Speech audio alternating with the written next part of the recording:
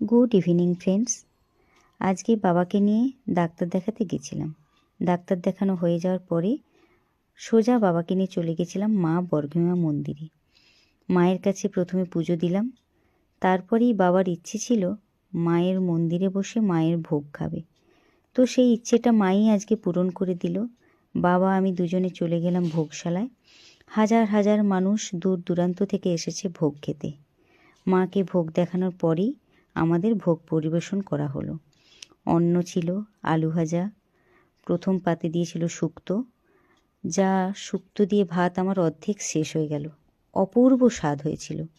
মায়ের প্রসাদ বলেই হয়তো এত সুন্দর স্বাদ। তারপরে ডাল, বৈতালের ঘন্ট এবং মাছের ঝোল, তারপরেই এসেছিল চাটনি। চাটনি দিয়ে ভাতটা খেলাম, খুব তৃপ্তি ভরে খেলাম। সব শেষে ছিল পায়েস, যেটা খেয়ে আমাদের মন প্রাণ দুজনেরই জুড়িয়ে গেল। তারপরে ভোগ খেয়ে বাবা আমি দুজনেই বাড়ি ফিরলাম। আজকের ভিডিওটা এতটুকু।